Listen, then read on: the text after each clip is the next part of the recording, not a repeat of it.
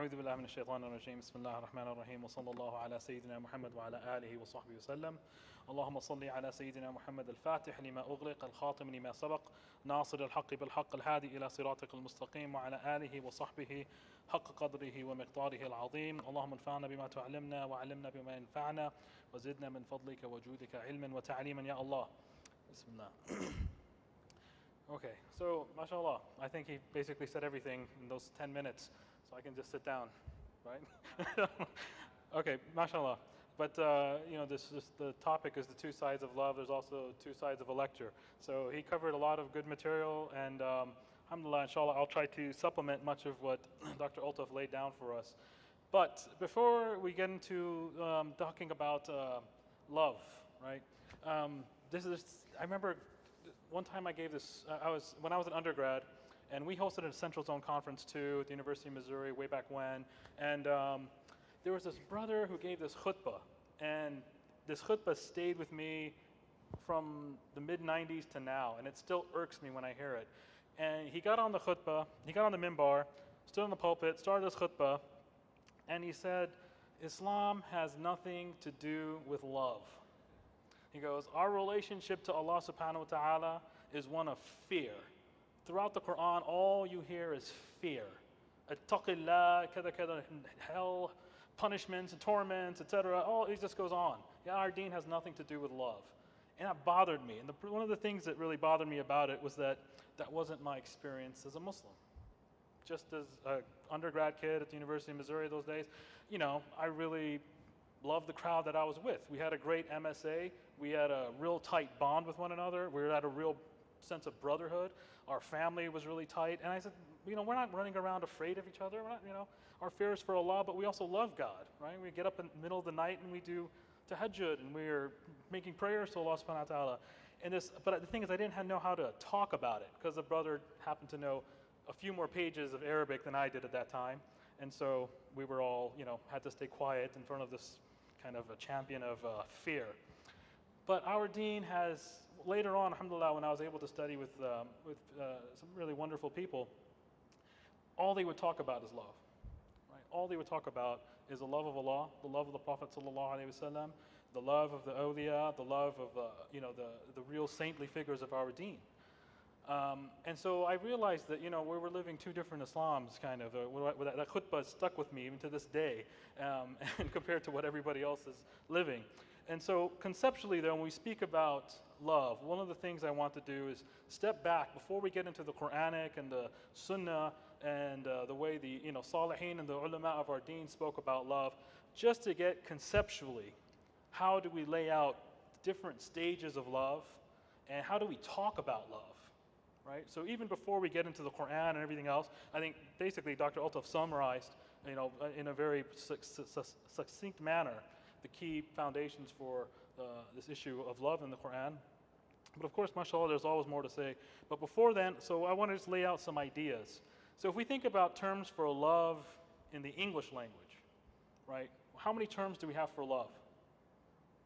Okay, there's love, there's that one, so let's take that off the table. Then we put infatuation, so we'll say that's kind of a form of love. Can we really think of many more? What was that? Affection, endearment. So there's a bunch of other forms of this, right? But these are all different forms of one basic emotion that we call love. Because we even use the word love in multiple ways, right? We say, I really love this biryani. Right? This is some really good food, right? I really love this class, I really love this, I really love that. I love God, I love my mom. And there's all different things, right? So conceptually, I just want to lay out a couple of terms that exist in the Arabic language that are very useful for us to distinguish, different types of this feeling. So the key feeling that we're calling love, the way Imam Ghazali defined it, was, he said, هو ميل الطبع إلى الشيء الملذ. It is the inclination of one's being to the thing that gives them pleasure, right? He said this is the key feature. And then from that, you have different degrees of intensity, and to the point, it can be very light or it can be very heavy. So the first one he speaks about is what is called istihsan. Istihsan is simply you find something appealing. right? You find something appealing, it looks attractive to you at a very basic level. It's just something that you look at it and you get some pleasure out of just looking at it, right? Istihsan. Now this is pretty base. We can think of a million things that we can just by simply sensing them, by having sensory input of them, we're very comfortable with. We have some pleasure that we derive from that, right? Very simple, we like it, right? Then there's another level, what they call iradatul qurb, right? The desire to be close to something, right? The desire to be close to something. Now, this one, obviously, you want a physical proximity, right? So if you think of, the love between a man and a woman, there's istihsan. They both find each other appealing. It's not at the level of like a sexual attraction or love or anything like that. There's just an appeal. Then there's iradatul qurb, where they want to be close to one another, right? The next one is mawaddah, which is affection, right? Where you actually have a sense of concern and love for this other person, right? He gives then the sense of khulla.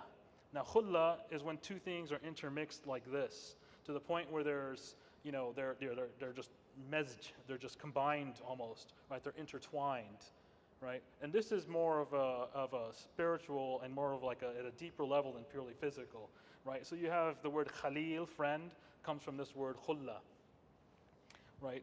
And then there's what they call hawa, which is just passion. This is just pure passion. The word hawa itself actually means to fall, and the reason why it's attached to the word passion is because people lose their self-control through this fall in love, right? This is what we use in English, this term falling in love. We would literally call that in Arabic hawa, because you fall and you've lost control of yourself. And now what it means by losing control is that you would do things that you normally wouldn't do, right? So we're going to keep these all in mind and just do a quick review right at the end then. Then the next one is what they call ishq. So all the Desis should know ishq, from all the ghazals that their parents probably listen to, and right. So ishq is passionate love, right? It's an excessive passionate love. And then the last two is tatayyum, which is where the lover feels completely enslaved to the person that they love. This is the more radical. This is even more than just being passionately crazy about somebody. You actually feel enslaved, and they can control you and do whatever they want with you, right? And then finally, there's walah. And walah is the most dangerous, because this is derangement. This is just insanity. Okay, this is just straight up insanity. But it's still a sense of love, right? There's still a leaning of the body, an inclination of one's nature towards something that gives them pleasure, right? So once we've outlined these various, and there's more. I mean, there's actually the Arabic language.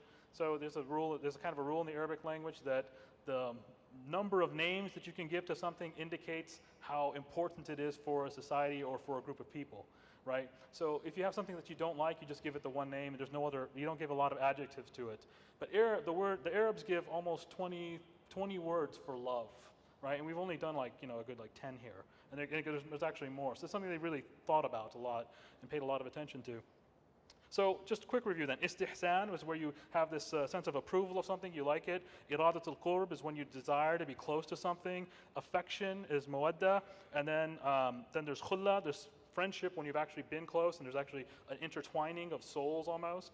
And then there's hawa, passion. Ishq is this excessive passion where it's really kind of gone beyond any sense of rationality. Then tatayyum is enslavement. And then finally the last one is walah, where you're completely deranged. Now, that's a pretty extreme kind of list there, right? You've gone from I just like something to I'm completely insane, right? Now, when we speak about infatuation and love, there's where would you put them on that category, right? Infatuation and love, right? Where do you put them into that category? Now, the core thing that I want to get out of this, based off of what Dr. Altaf was saying, was that we have this notion of the nafs al-lawama, right? The notion of the nafs al-lawama. The nafs al-lawama is that soul that is able to fight itself and not fall, not go into hawa, this tripping over where it loses all self-control, right? And this is kind of, I think, the place where most Muslims who are practicing somewhat are, right? We're at this point of we know there's certain things that can save us and certain things that will, really cause a lot of problems for us, and we're just kind of struggling to make sure where we're at. And that's the nafs al-lawama, and that's a good place to be. And inshallah, Allah subhanahu wa ta'ala gives us the tawfiq, and we can all transcend that and have itminan in our life and hit that level of nafs al-mutma'innah, where we're at complete peace, right? But so the question then is, how do we distinguish between love and infatuation? So we need to, I think, expand our notion of love and expand our notion of infatuation, and to see what it is that we actually have in an attraction to another person, right? What are the things that actually cause those emotions to be stimulated within us, right? And I'm just laying out this question, and I'm hoping that you guys will ask many more questions, because it's always better to have the exchange, the give and take, than to just have a one-way kind of dialogue, or monologue, I think, in that case. And so, yeah, I'll stop there, and then we'll take these questions. Tamam?